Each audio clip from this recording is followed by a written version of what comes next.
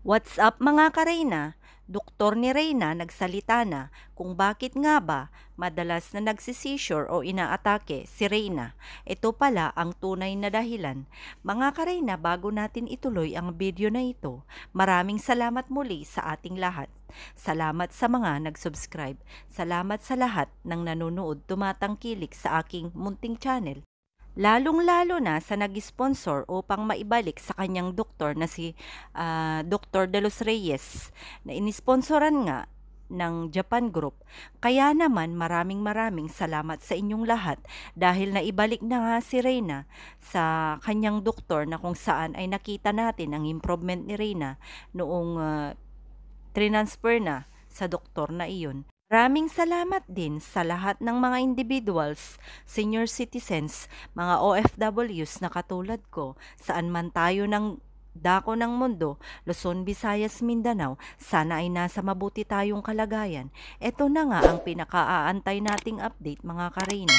Ang i-upload na ang balita patungkol kay Reyna na dinala na nga sa kanyang doktor bago ito dinala ng mama ni Reyna kay Mama Roda na idala na ito sa doktor na talaga namang inisponsoran ng mga Japan Group na ayon kay Kalingap Ayan ay dahil sa kanila na ibalik sa doktor si Reyna.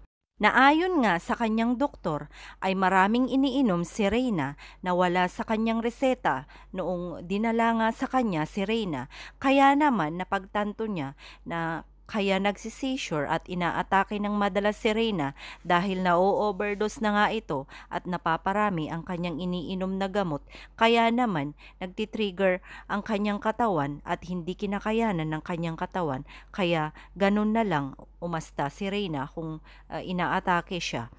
Kaya napakalaking pasasalamat dahil naibalik na nga si Reyna sa kanyang dating doktor na si Dr. De Los Reyes na ikinatuwa naman ng napakaraming supporters na hanggang ngayon ay nag-aabang pa rin tayo na makikita naman natin ang improvement ni Reyna na ayon kay Mama Roda ay talaga namang bumalik na ang sigla ni Reyna na yun naman talaga ang ating inaasam-asam at ipinapanalangin ang tuluyan na itong gumaling.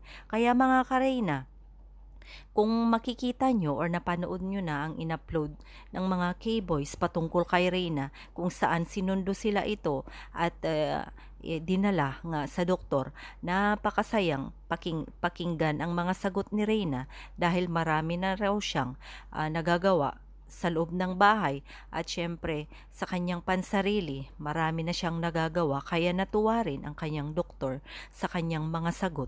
Kaya naman mga ka-Reyna, umaasa pa rin ang lahat na sana sa lalong madaling panahon ay makita na nating magaling at mabuhay na ng normal ang dalaga upang sa ganun ay makamit na niya ang kanyang mga pangarap